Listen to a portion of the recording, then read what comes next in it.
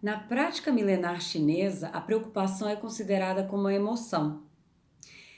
Ela se expressa quando temos uma ideia fixa, um problema, uma questão que estamos ali experienciando num determinado momento ou que já passou e que a gente fica preso. E a partir dali vem pensamentos repetidos e entramos em um processo de ruminação. Ela está intimamente relacionada com um desequilíbrio de um processo de reflexão, em que é uma manifestação centrada em que analisamos determinadas questões, situações, relações, experiências, mas quando ficamos presos e há uma ocupação prévia, parece uma forma de ansiedade, mas dentro da acupuntura ela é vista diferente. A preocupação é entendida como uma fixação em um determinado ponto vivenciado, em uma determinada questão, aquela fixação sobre um determinado desempenho que nós teremos, e isso traz um conjunto de perturbações emocionais, aflições que vão afetar nosso corpo físico.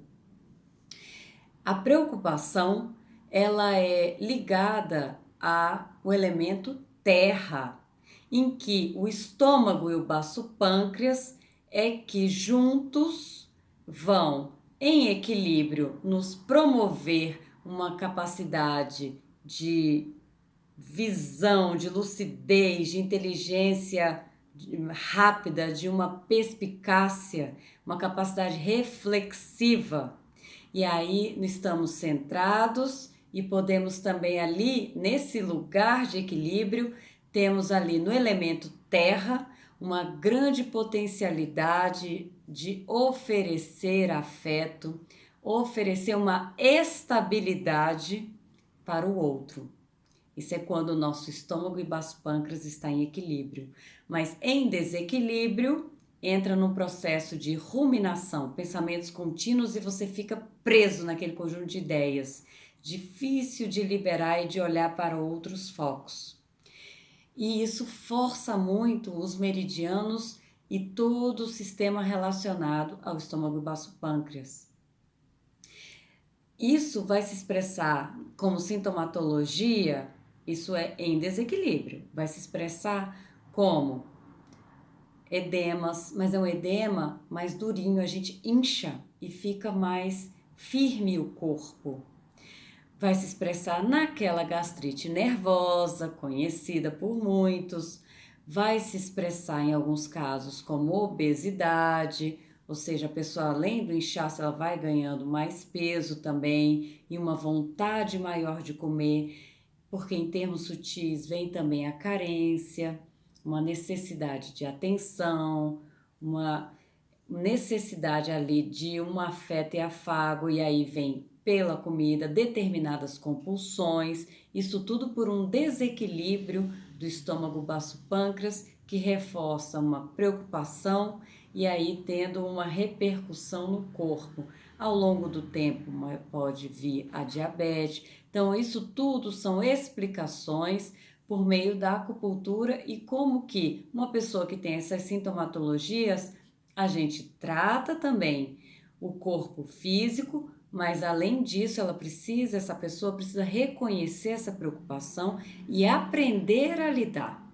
Olhar os problemas, questões e dificuldades, tentar analisar diferentes perspectivas, reconhecer suas potencialidades e limitações para lidar com determinada questão e, inclusive, pedir um suporte terapêutico, como buscar uma psicoterapia ou outras formas de ajuda e autoconhecimento, mas para sair desse looping, como uma espécie assim de roda gigante e que roda, roda e não sai do lugar, e que se torna um hábito emocional, essa preocupação, a preocupação pelo seu desempenho, preocupação pela sua performance, preocupação por como vai ser visto, preocupação se vai ser aceito.